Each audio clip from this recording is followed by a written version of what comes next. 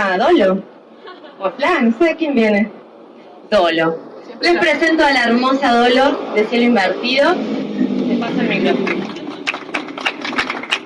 Buenas, gracias. No, ahí está. Gracias por venir. Estamos muy felices de esta primera presentación, como Mile anuncia. Me encanta contar que son 3 presentaciones las que vamos a hacer por ahora. Esta es la primera en el marco de la Feria del Libro, en este espacio que es la librería, que siempre nos recibe y nos abre las puertas generosamente, una librería muy querida por nosotras, por esta editorial Cielo Invertido. Así que nos encanta que este libro se presente acá.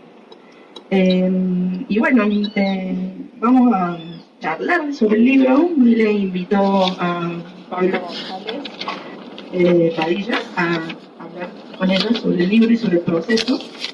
Muy agradecida de su presencia. Y bueno, después a lo mejor al final comentamos algunas cosas que tengan que ver con lo editorial, podemos comentar. Fue un proceso hermoso que empezó para nosotras, editoras, un día que Mile se acercó con una carpeta llena de su trabajo y nos encantó.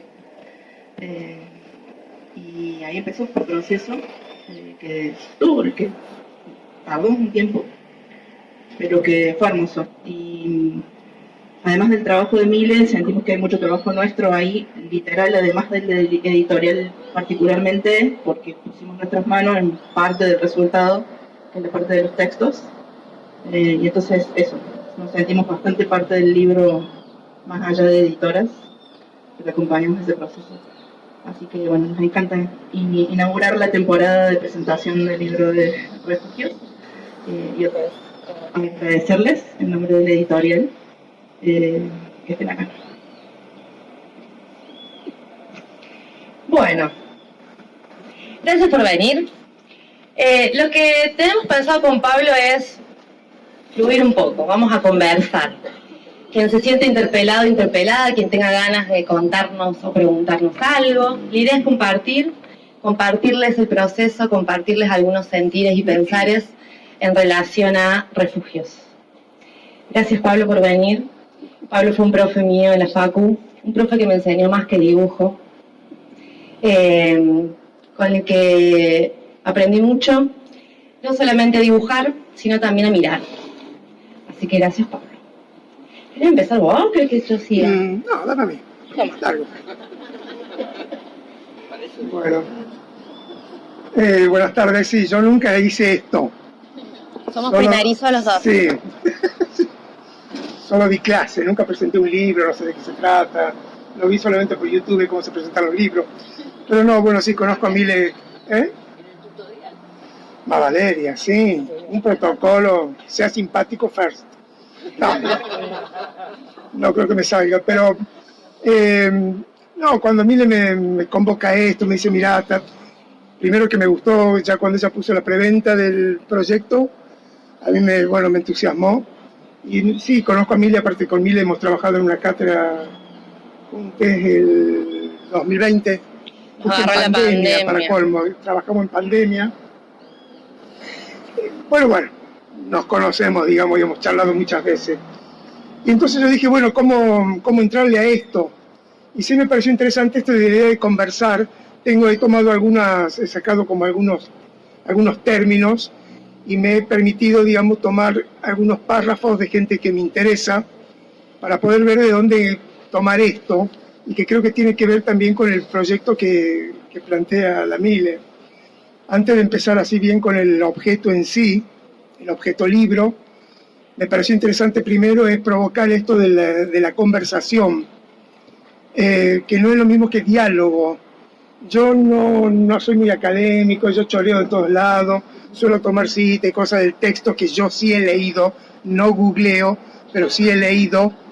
Pero bueno, pero lo tomo así con total desparpajo y nada, asalto a mano desarmada.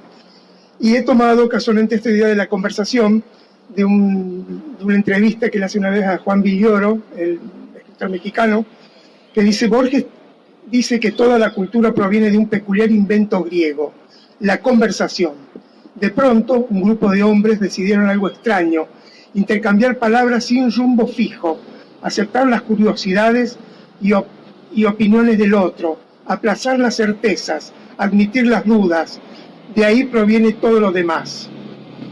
Y después, en estos días, he tomado también otra definición de conversación de Liliana Herrera. No la cantante. No la cantante. Pero no es la cantante esta. Herrera, pues, se me confunde la Herrera con el Herrero. Bien, una Herrera. Dice, son muchas cosas que hay que empezar a decir. Conversar es hacer temblar lo que está fijo. Y lo que está fijo es monstruoso. Esta es la cantante, perdón, Herrero. Herrero. Ya no me da... Conversar es hacer temblar lo que está fijo. Y lo que está fijo es monstruoso. Y tenemos que hacer temblar eso. Tiene que haber un tembladeral. Poner en cuestión lo que damos por sentado. Perdón. Y otro párrafo que me interesaría, que también como para dar marco a esta idea de este conversar, digamos, perdido, sin ejes tan marcados, ordenadores, que vayan generando como un ABC. Me parece interesante también cómo comienza el libro de Di Benedetto Sama, año 1790. Salí de la ciudad ribera abajo al encuentro solitario del barco que aguardaba, sin saber cuándo vendría. Llegué hasta el muelle viejo, esa construcción inexplicable, puesto que la ciudad y su puerto siempre estuvieron donde están, un cuarto de legua arriba. Entreverada entre sus palos, se menea la porción de agua del río que entre ellos recae. Con su pequeña ola y sus remolinos sin salida, iba y venía con precisión un mono muerto todavía completo y no descompuesto. El agua, ante el bosque, fue siempre una invitación al viaje que él no hizo hasta no ser un mono, sino cadáver de mono. El agua quería llevárselo y lo llevaba, pero se le enredó entre los palos del muelle decrépito, y ahí estaba él, por irse y no. Y ahí estábamos, por irnos y no. Me parece interesante como esa idea del no progreso. Si hay algo que, bueno, a uno ya lo pone muy nervioso cuando le hablan del progreso, ¿no? Y ya, bueno, cualquiera vos te puede... Yo te estoy escuchando atentamente. Sí, yo te voy a interrumpir, Pablo. Pero bueno, y de ahí entonces me dije, ¿cómo hacer esto para no... Como uno ya tiene tantos defectos de docente, que trata de ordenar todo y armar un gran pizarrón, y hasta cuando habla como un pizarrón, ¿sí? Y va de arriba hacia abajo y tirando flechas que se vuelvan coherentes, que se entiendan.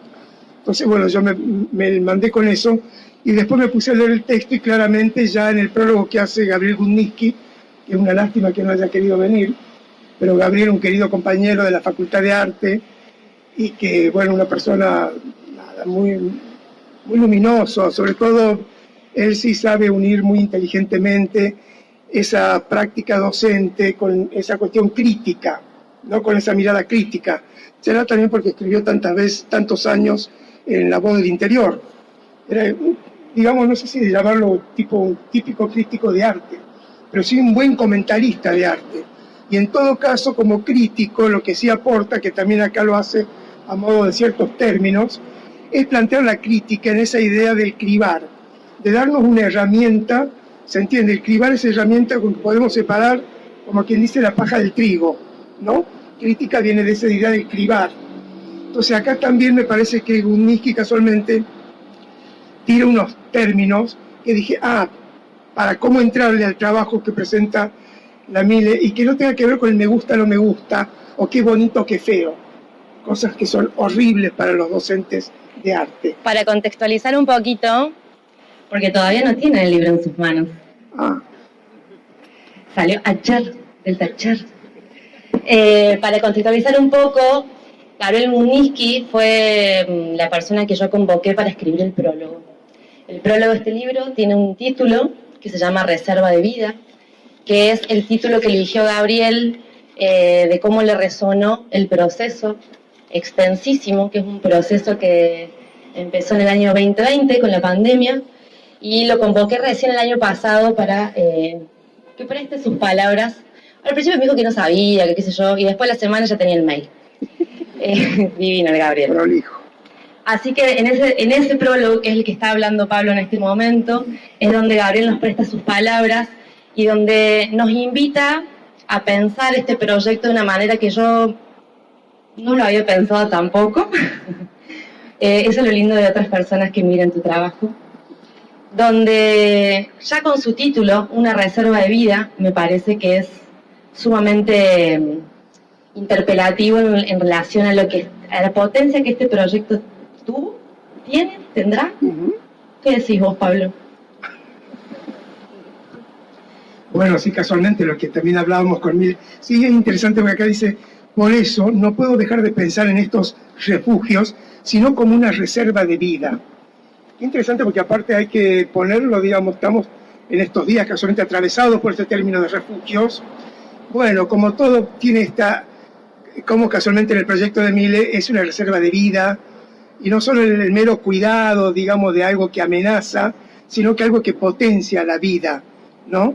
Por eso, y también el proceso de la Mile está muy claro por todo lo que ella, por todos los momentos que hace pasar esa intuición, podemos decir, esa idea vaga, que se va conformando según se va desarrollando un hacer. Casualmente, mientras que hay un hacer, se va construyendo, que es distinto a otras ideas de proyectos artísticos, donde casi, bueno, también tomando ahí un escritor, Edgardo Scott, no sé si lo conocen, un escritor joven,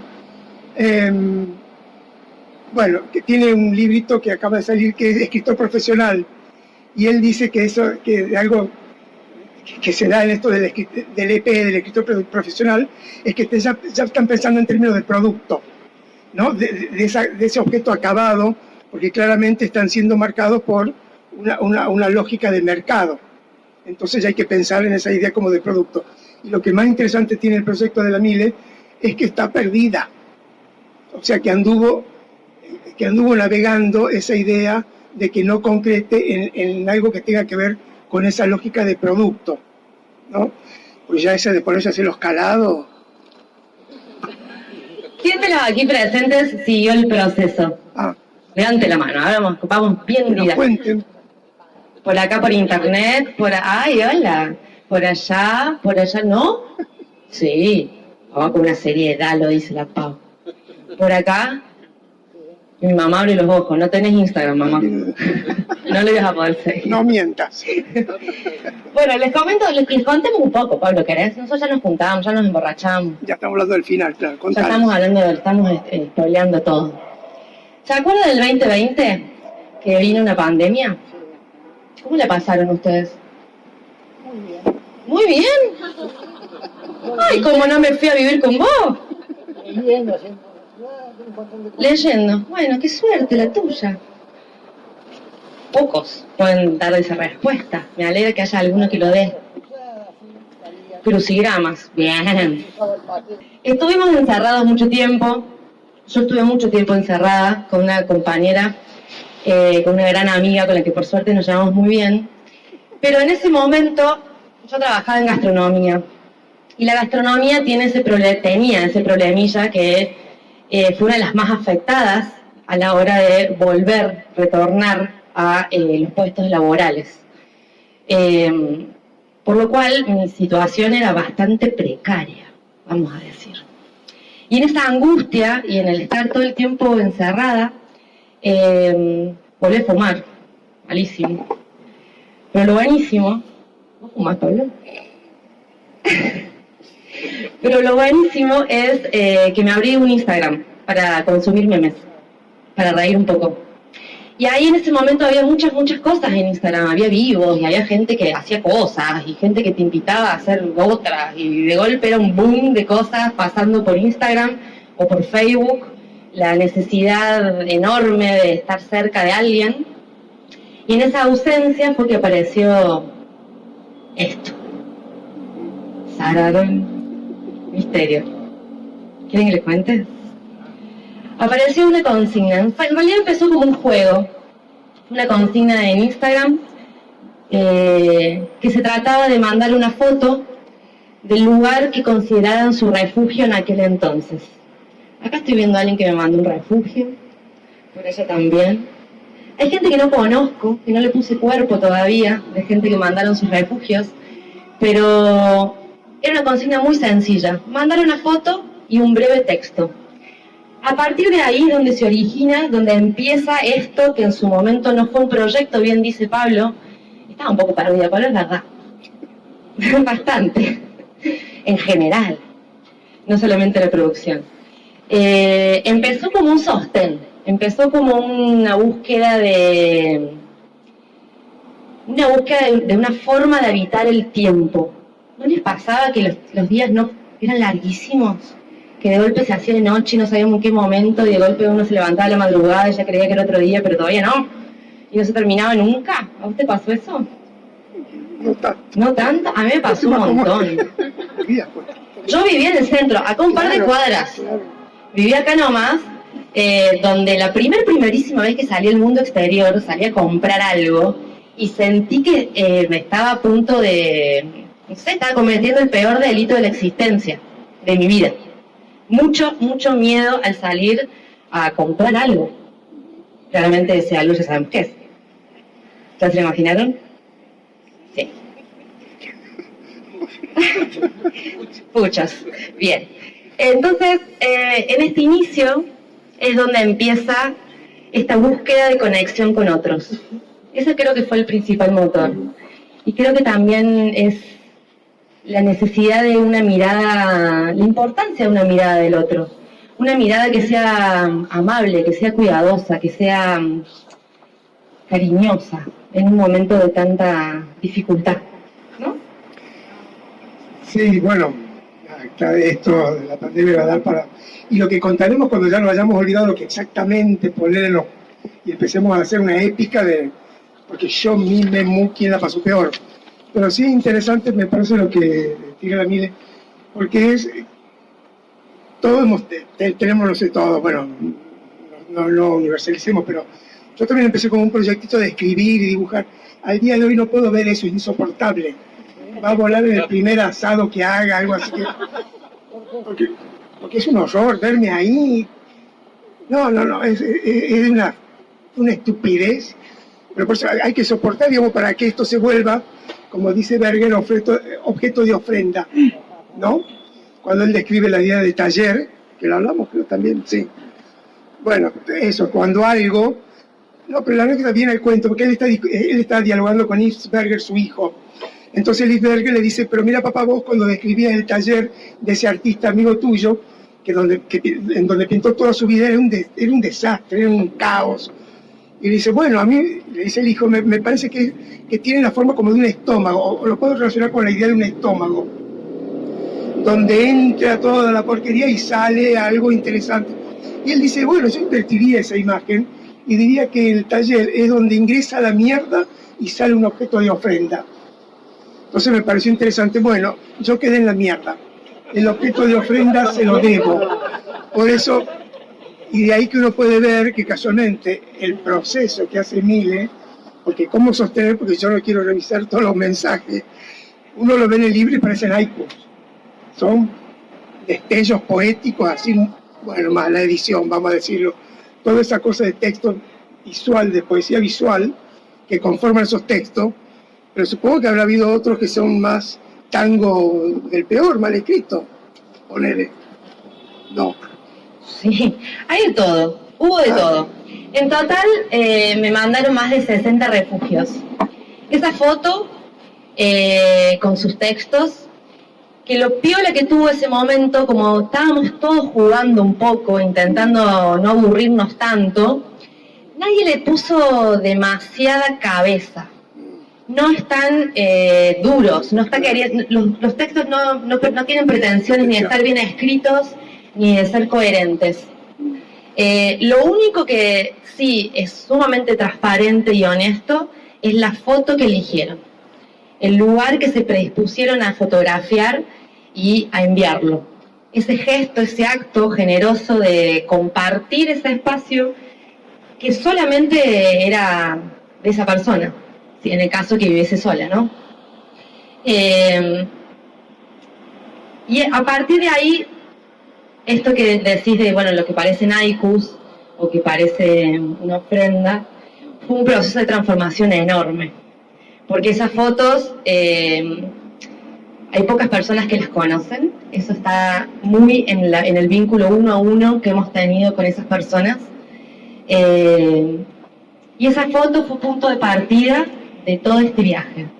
Esa foto primero fue un dibujo, después de ese dibujo fue un calado sobre el papel, fue herir un soporte. Después de ese calado sobre el papel fue otro dibujo, y después de ese otro dibujo fue un grabado. Silografía. Fue un grabado, particularmente una técnica llamada silografía. En el medio de todo esto, un poco tomando la idea del Pablo de la ofrenda, una vez por día se subía a la red uno de estos refugios fotografiados.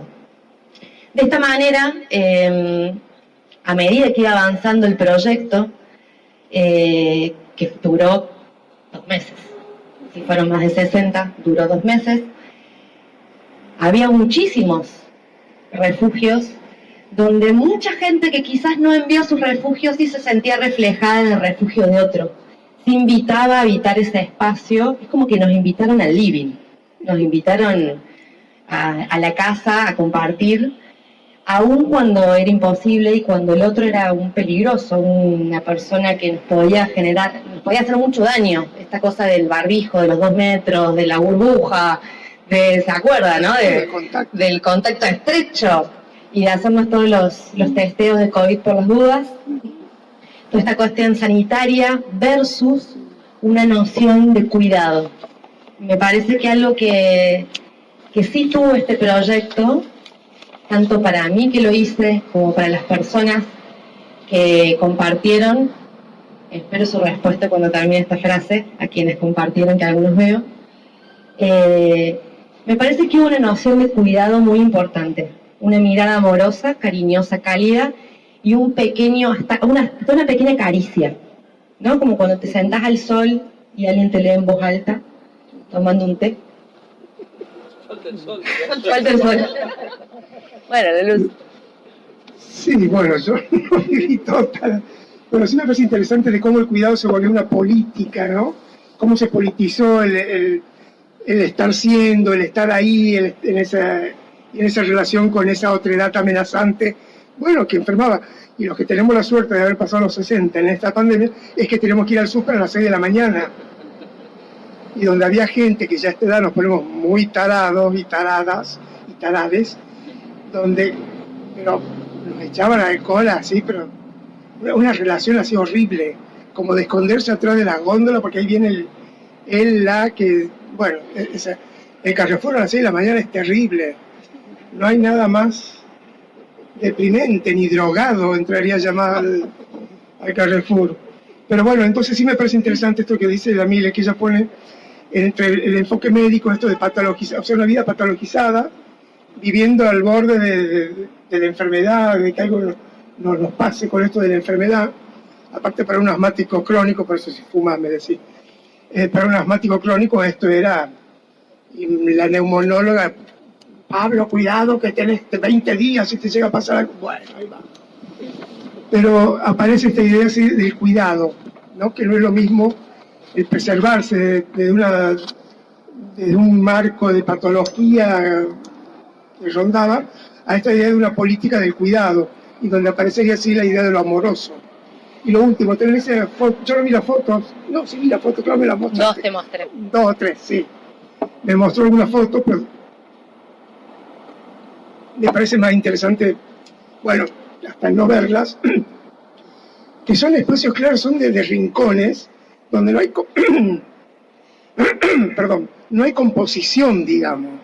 Tienen ciertas cosas así como de instantánea, verdaderamente, que eso también es interesante, porque realmente me di vuelta y tac, clavé la foto, ¿no? Bueno, y después todo ese proceso que hace la Mile, que es terrible.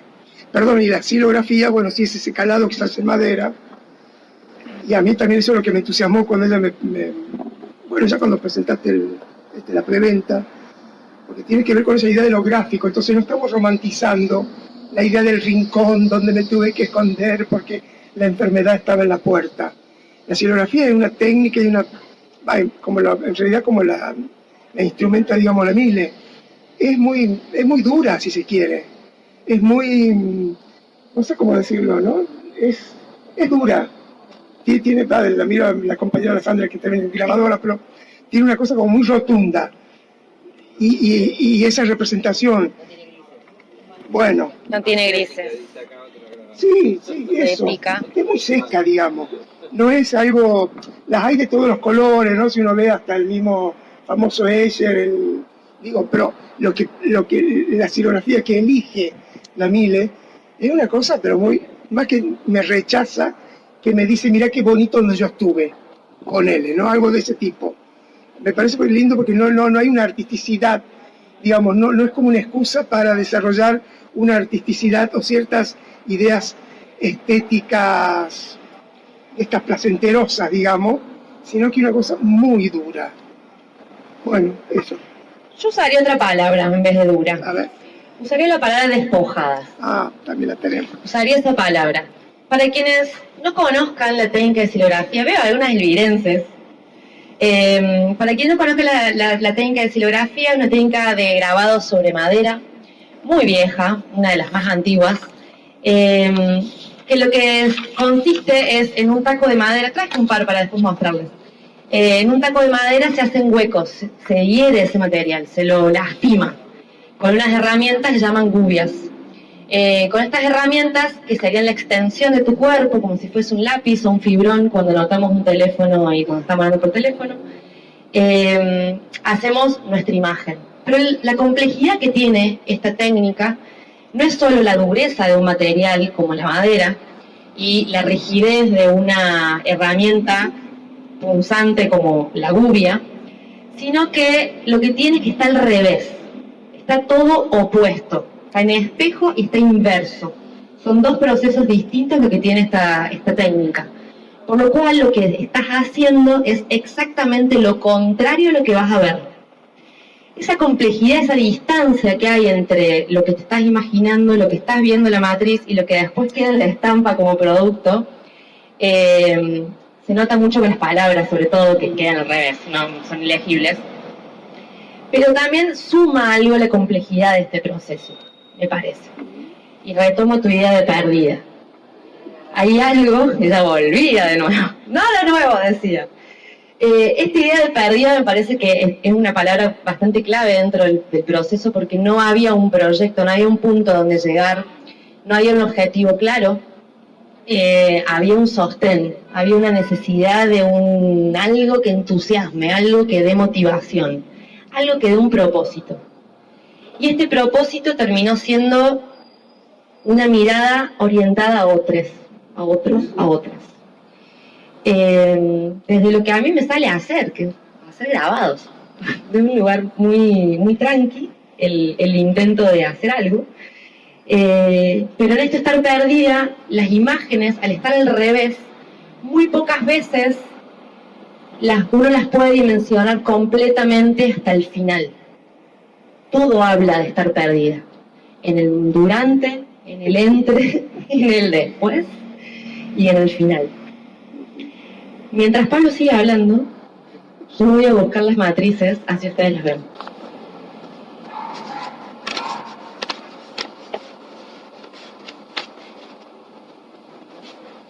La dimensión del grabado es más grande. Sí, claro, sí, es como... Ahí va. Tamaño real. Ahí va. Quiero buscar exactamente este.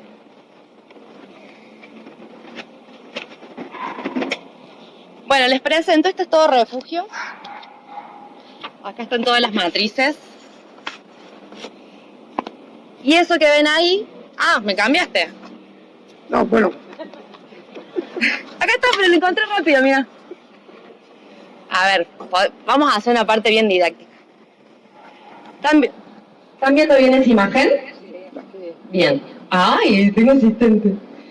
Bien. Donde se encuentra la botella está acá. Donde está la computadora está exactamente del otro lado. Es inverso. Y donde ustedes ven es madera, no le pasa nada. Donde ustedes ven el blanco es donde se hizo el hueco. Por lo cual la forma de pensar esta técnica es distinto cuando dibujamos. Cuando dibujamos, donde posamos nuestra herramienta, queda marcado, ¿verdad? Queda el negro. Imaginemos un lápiz cuando escribimos nuestro nombre. Si yo quisiera escribir mi nombre en la xilografía, tendría que hacer al inverso. Donde yo quiero que quede, no hago el hueco. ¿Se entiende? Es al verre. ¿Cuál querés? El que me gusta a mí, ¿cómo se llama? El del telar. Ah, el Pablo tiene una favorita. Sí, para. La mostramos. El Pablo tiene una favorita que ahí la vamos a buscar. Ahí está. Que es la del telar. ¿Por qué es tu favorita, Pablo? Contame. Sí, primero que no hay arquitectura, digamos, no hay referencia a espacio arquitectónico, y es un telar, y de esos telares, ¿qué tiene que ver el telar? Claramente, sabrán, digamos, también que trabajan toda esa idea, esas líneas, pero esto, ¿no? De la urdimbre, lo que trama, el tiempo, o sea, esa tarea, bueno, desde Aracne, digamos, que está con esta, de la tarea, y la tarea que es más, digamos, cómo se construye el espíritu a partir hasta de una, y ahí viene otro término que también lo hablamos con la Mile, la idea de rutina y de ritual. O sea, que no sea una rutina de una mecanicidad tal que la puedo hacer dormido pensando en qué voy a comer a la noche, sino que requiere una concentración para que la rutina no sea una repetición, que también lo hablamos como en circular, ¿sí? Sino que más sería como una repetición con cierta circularidad, pero en sentido helicoidal, o sea que me voy desplazando. Y bueno, y esta tarea, este objetito es bellísimo. Primero porque desaparece la idea de paredes. Es el objeto en sí que ya habla de un hacer y de todas estas maneras del hacer. Rutina, ¿cuál es la otra palabra? Ceremonia. Ceremonia y ritual, ¿no? Que requiere y una concentración para esto. Bueno. Rituales no TOC, ¿no? Viste que ahora se usa mucho el TOC. Guarda, consulte a su terapeuta. A veces lo que creo que es un ritual poético es un mero TOC. Pero bueno, vamos viendo. Si uno se muere pensando que el TOC, que se puede medicar, es un ritual que lo puede unir al ritual del té, matate. Pero en serio, viendo esto de los... ¿Cómo le va? Viendo esto de los... que hablamos también con la Mile, yo trabajo por ahí con un autor que es François Julien, creo que se dice así, pero François Julien, un sinólogo, que habla sobre la pintura china, la tradición de la pintura china del siglo VI, el siglo XVI, bueno, antes que llegue toda la mierda europea, pero y todo lo que tiene claro, y el ritual para sentarse a dibujar, y porque los chinos empezaron a escribir textos de pintura en el siglo VI, en Occidente los tenemos más en el Renacimiento, y cuando uno ve esa ritualidad que exige o que requiere, digamos, la pintura china, y a uno que lo han criado que no, loco, volá, fluyí, ¿no? Eso, que cuando más tarado está, parece que más libre, perdón por la palabra, más libre va a ser, más espontáneo, más artista, ¿no? Y bueno, y uno lee esos textos, y así Tao, cuando ve no, el pintor debe tomar el pincel, después debe, toda una cosa, claro, porque esa gente tiene espíritu. Y cuando uno solo quiere tener nada, mera carne, pasa a ser, bueno, por eso digo, y esa idea de los rituales, a mí me gustó también de esta tarea que plantea la Mil, que se levantaba a la mañana, que pasaba la imagen, y sin saber a dónde iba a llegar, o sea, sin saber de esto, el para qué sirve, y está bueno que esto sea que se convierta en un proyecto al final, de saber que no sirve para nada, ¿no? Que si hay algo con lo que no dialoga es con el estado de utilidad, ¿no? ¿Para qué sirve? Nada, para juntar gente amorosa, hablar pavada. Pero no solo Pavada seguro, eso seguro. no solo es tu obra, sino... Palabra amorosa, ¿no? ¿Eh? Palabra amorosa. Gente amorosa, después vamos viendo cómo...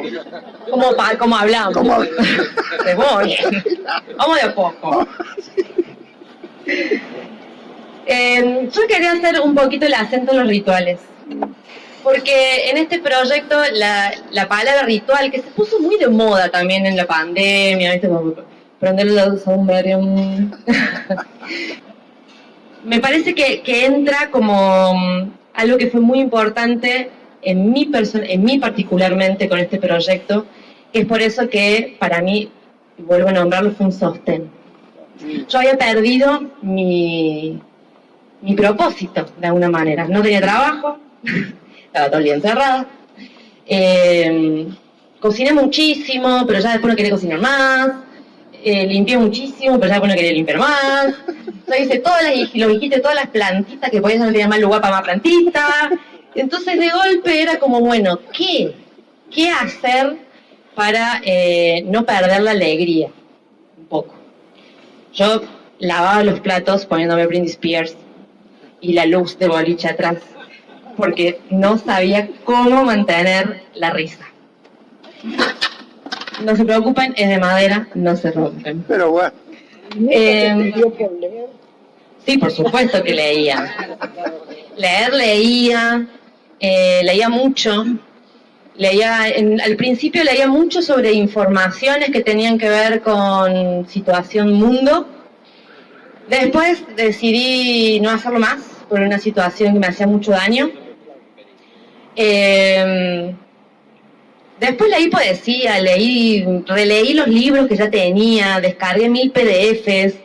No me gusta leer el teléfono, pero no me quedó otra. Pero no había un propósito. Había muchas tareas, muchas actividades que se iban concatenando unas a otras. Pero no había algo que me entusiasme, algo que me genere placer, que me genere deseo, que me genere alegría. Y en eso de estar perdida, otra vez, apareció sin querer, porque no fue pensado, el ritual que trajo refugios. Por eso es una palabra para mí tan fuerte. Que tiene que ver con otra palabra muy fuerte, que es una palabra que está escondida en este proyecto, que quizás alguien cuando tenga su libro la pueda encontrar, que es demorarse. Cuando alguien se demora en algo, es porque ese algo tiene su importancia.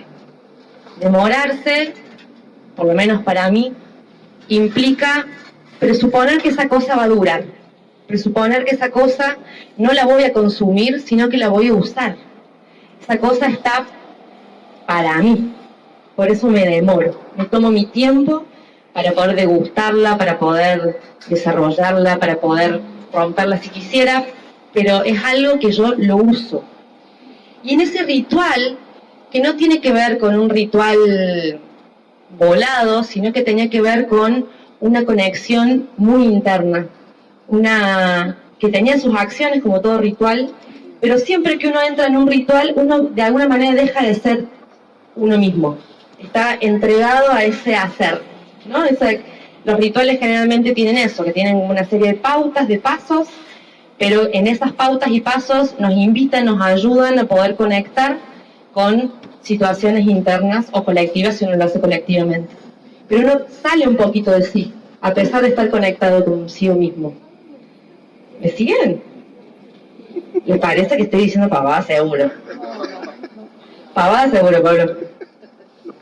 Y este ritual es muy importante, la repetición. Pero no la repetición, yo tomo la idea tuya, de no la repetición cíclica, sino la repetición helicoidal. Una cosa que, a pesar que yo vuelva a hacer la misma acción, nunca va a ser lo mismo, nunca va a ser exactamente igual, nunca me va a generar lo mismo, me va a hacer pensar o sentir cosas distintas, diferentes.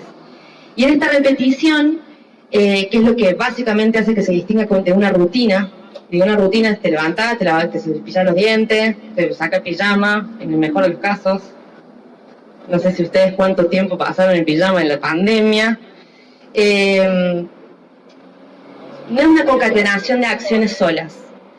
Y el levantarme, prender la compu, ver que me habían llegado un montón de refugios, organizarlos, mirarlos un montón. Las fotos no tenían ninguna demanda, no había ni un pedido de qué tenía que ser, ni cómo tenía que ser. Si había fotos fuera de foco, fotos movidas, fotos muy diversas. Pero aún así no me interesaba que sea una buena foto. Me interesaba que sea una foto de un refugio, de alguien. Un alguien que no tenía cuerpo. Y al mismo tiempo se podría pensar que tampoco lugar, porque era una foto. Y en ese no lugar y no cuerpo, y en ese demorarse, en ese habitar, ese estar. ¿Qué querés decir? No tenía voz, digamos. No tenía voz. Claro. No tenía voz. Uno le ponía voz a ese texto que te mandaba. No tenía voz. Me estoy dando cuenta ahora. Y si no tiene cuerpo, Voz con Z. suelen venir juntas. Me acabo de dar cuenta, chiquillos. Claro, no tenían... Pero, no, una cosa, perdón, disculpa. No, obvio. Como se moleste cuando uno lee casualmente, que en realidad lo que hace al leer uno se escucha, ¿no? Uno recrea las voces, no sé si cuando lee, por ejemplo, casualmente el ejercicio de leer poesía, lo que tiene de interesante es que primero lo leo, bueno, sí, después lo tengo que pues llevar a la voz, y ahí me doy cuenta que no estoy entendiendo lo que dice la poesía, y después la tengo que volver a leer, porque entonces cómo hago el pasaje al otro renglón, cómo leo casualmente los momentos de la coma, entonces, y lleva como un tiempo encontrar hacer un acuerdo entre el texto y la voz que le doy al texto. O estaré ya muy... me tengo que jubilar. Sí, no, pero digo, pero esa idea de darle voz al texto, cuando uno hasta lee una novela, ¿no? Bueno, perdón, por eso nomás, por los textos que te enviaban, decía. Acá me están preguntando, ¿vos imaginabas esa persona que te mandaba esa foto y ese texto? ¿Cómo era físicamente? Yo lo que te tenía como una mínima consigna conmigo misma, cuando me llegaban esos refugios, que no era stalker. No tenía que ingresar a su cuenta a ver quién era y qué hacía. Era una necesidad no de anonimato. En realidad lo que yo no fue algo pensado. De algún modo me frené. Había una intuición de que para mí eso no tenía que hacerlo. Me parecía que la intimidad entendiendo como esa idea de introducirse en el afecto de alguien. No, pero entiendo. Me pasó de algunas personas de creer que eran más grandes de lo que eran o más jóvenes de lo que eran. Y eso lo pude corroborar hace un par de días nomás, sobre todo para la parte del momento de preventa, donde de golpe me pasaron sus WhatsApps para que yo pudiese estar en contacto con todas las personas que me mandaron los refugios, y ahí apareció la fotito de perfil, y de golpe era un audio. Y de golpe ya esa persona, tenía más presencia, ¿no? En aquel entonces, en el 2020, cuando me llegan estos refugios, esa persona era ese lugar. Esa persona era aquello que decidía compartirme, que era esa foto y que eran esas palabras. Y para mí eso ya era un montón. Entonces, de alguna manera, no era claro, no entraba en ese juego. Me parecía que más lo que a mí me interesaba era justamente habitar su lugar un ratito. Era eso, esa necesidad de comunidad o de esa, sí, como una resonancia, pero no desde la curiosidad de quién es, sino de lo que me muestra. ¿Y no pensabas que podía ser alguien que quería, como hacen ahora cuando te hackean las cosas, no pensaste en ningún momento que... Yo soy divina, a mí no me va a hackear nadie. No, pero... No, porque me mandaban ya la foto. No había ninguna intención maliciosa ni me pedía ninguna contraseña. Y no se las daría tampoco. Ni CBU ni nada. Y aparte, a eso es importante que lo tirás, no había ninguna transacción de por medio, ¿sí? Esto era un juego, era una búsqueda de entrar en contacto, por lo cual no había ni un pedido de dinero, ni de donación de algún tipo, ni de... Entonces la parte hackeable era imposible, porque no había transacción posible tampoco. ¿Hay otra duda? Me gusta esta parte de ping-pong de preguntas. Ay, los intimidé. Sí, vamos a seguir, Pablo, hasta que entre en el calor un poco más. Vamos a seguir. ¿Quieren que vayamos cerrando? Ay, están re tímidos. ¿Están cansados o no? Está re interesante. ¿Está re interesante? Ay, bueno, lo logramos. Lo conseguimos. Saldremos por los barrios, pero siguiendo la ruta chévere. No, sí, yo también había notado algo que tiraba la Mili que me gustó, porque esto de la idea del demorarse también es algo, de nuevo, ¿no? Cuando uno despoja el propósito de la utilidad, de la mera utilidad, y bueno, por ahí las acciones se pueden convertir hasta en un mantra, es decir, de cómo hacer para que el yo se corra y fluya algo que no lo tengo muy claro de qué se trata, ¿no? ¿Se entiende? La idea de lo yoico, o sea, ese sujeto activo que anda determinando qué es mundo, dónde empieza, dónde termina, para qué sirve, para qué no, cómo se pliega, cómo se guarda, a qué categoría responde. Bueno, entonces saberse más que va a andar como un boludo demorado. Pero... ¿Un boludo con delay? No, porque el delay viene que uno... algo, no, sin delay. No, bueno, en serio, esta idea como de eso, del demorarse. Para seguir con eso, pero solamente entonces, de cómo esa idea del demorarse también es que ingreses imágenes, que uno no ingrese la imagen o el texto, que también me pareció interesante esto que plantea Daniel, casualmente con un respeto, o sea, es una otredad a la que uno, digamos, con la que uno, digamos, se va a abrir, digamos. Eso también está tomado, bueno, tanto de Mucheo, de Berger, cuando dice de que uno, casualmente, yo hablo de lo que yo aprendí a pensar, pero la representación desde el dibujo es que uno se convierte en sujeto y el mundo se vuelve objeto de representación. Entonces hay una mirada, y hasta el básico perspectivismo cartesiano, todo eso, que nos dice que tiene que ver con una mirada de dominación, ¿no? Como que el buen dibujo es dominar lo que se mira para volverlo representación eficaz. Bueno, debe haber también hay otras maneras de relacionarse, de hacer del mundo una imagen que no sea un someter el mundo a una imagen. Y ya lo último, pensando en eso también, ¿perdón? Que no sea tan eficaz. No, y por lo tanto que no sea, que no responda a la idea de la imagen eficaz, ¿no? Pero lo último también que me pareció interesante de las imágenes que yo le decía de la Miller, es donde casualmente eso, digamos, el respeto que se tiene, por eso también yo hablaba de imágenes, por ahí lo puse, que ahí me voy a meter con algo, como la idea de sordina. Yo lo choreo mal, de no sé dónde, pero por el que de la música, eso sea terrible. Para mí la sordina es cuando algo no tiene pretensión de estar en el centro de nada, ¿no? Así como, bueno, la sordina viene de ese aparato que se le pone a los instrumentos como para bajarle el volumen. Es lo que usás cuando estudias de noche. Ay, lo miro y no te miro a vos que me contas. Es que hace poco me contó que una chelista, no sé qué, maravillosa. ¿Hace cuánto que nos conocemos? Como 20 años más. Violín. Él es el chelista. Bueno, pero no sé. Y de golpe me cuenta que estuvo... Hace 2 semanas que me entero que tocaba violín. Bueno. Tocaba. Pero que anduvo por Europa. No, pero eso fue otra cosa. Ya está gaga. Te confundiendo todas las anécdotas. Es que... No, que en el avión conoció... Ay, no, sí me acuerdo. Claro, ahí está.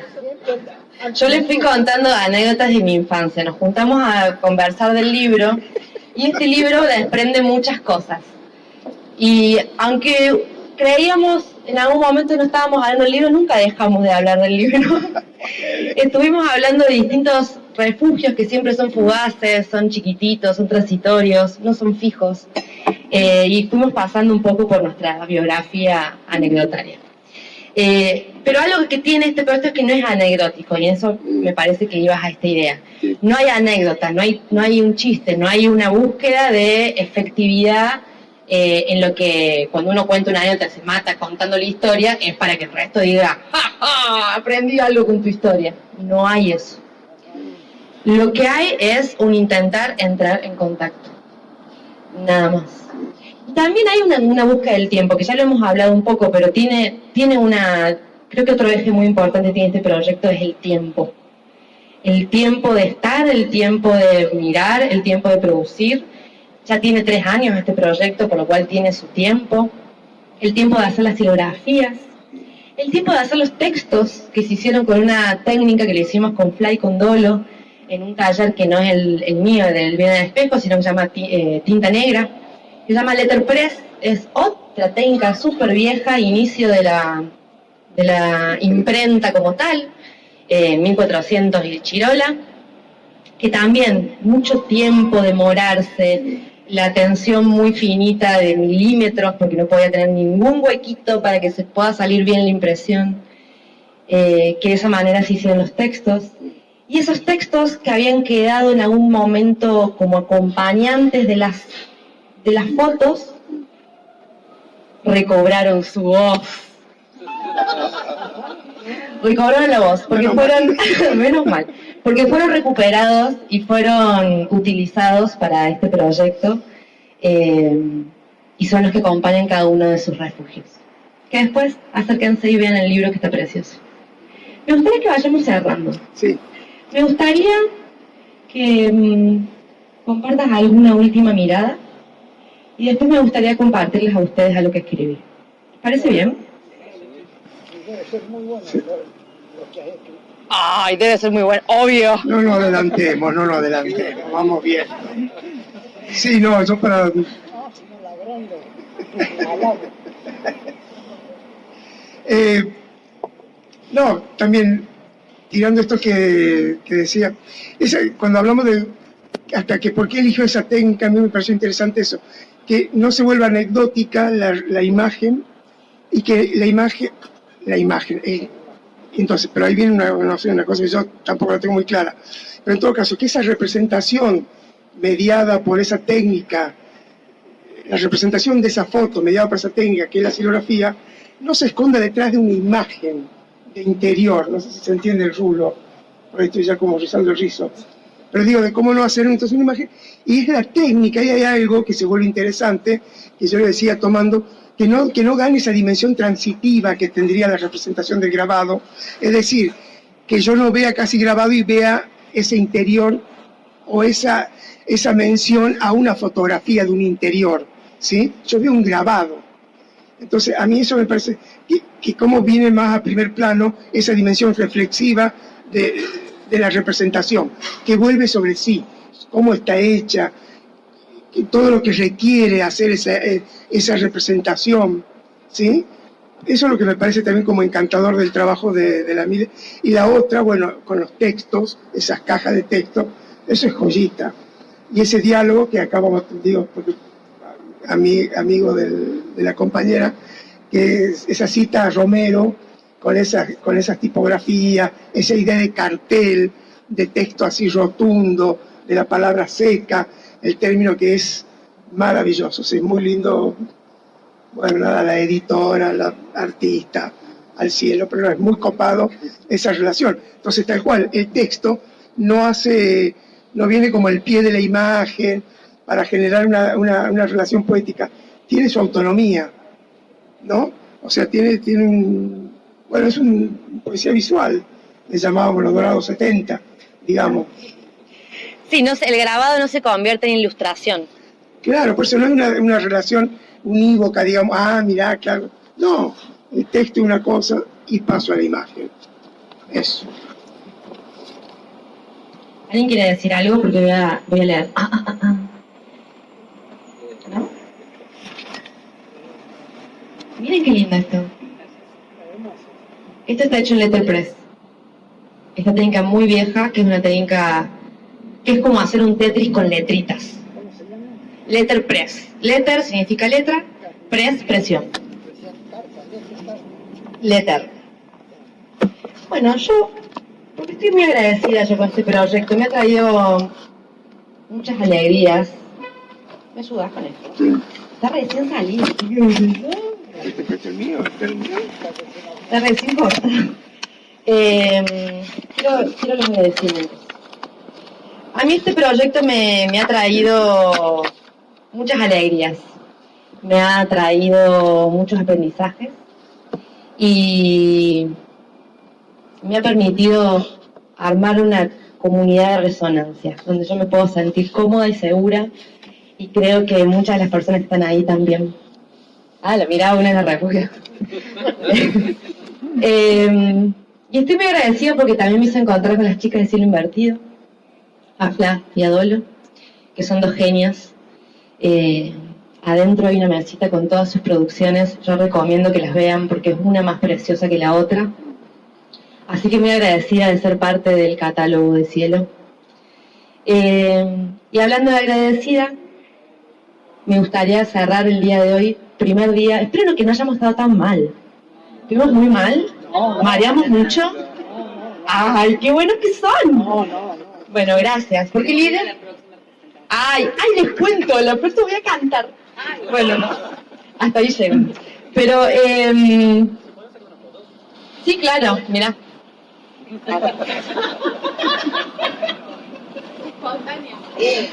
Mirá, así estoy como re diosa. Natural.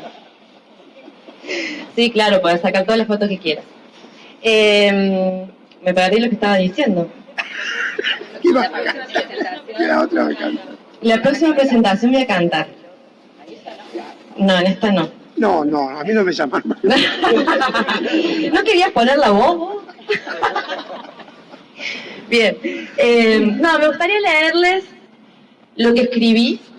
Esto lo escribí hace un montón, pero creo que como cada vez que uno... A mí me gusta agarrar mis libros y volver a leerlos una y otra vez. Porque cada vez le encuentro algo distinto. Así que les quiero leer lo que escribí en relación a mis agradecimientos, si me lo permiten. Dice: gracias a todas las personas que han sido parte de este proceso, quienes generosamente compartieron un pedacito de su intimidad, quienes brindaron su consentimiento para este libro, quienes posaron sus miradas y se vieron reflejadas, quienes acompañaron en conversaciones, algunas habladas y otras silenciosas. Gracias por el entre, el mientras, el durante.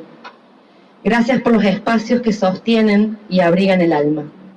Gracias por hacer mundo.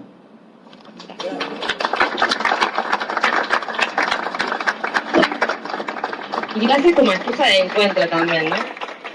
Ah, ahí está mi compañera de lengua de señas. Gracias.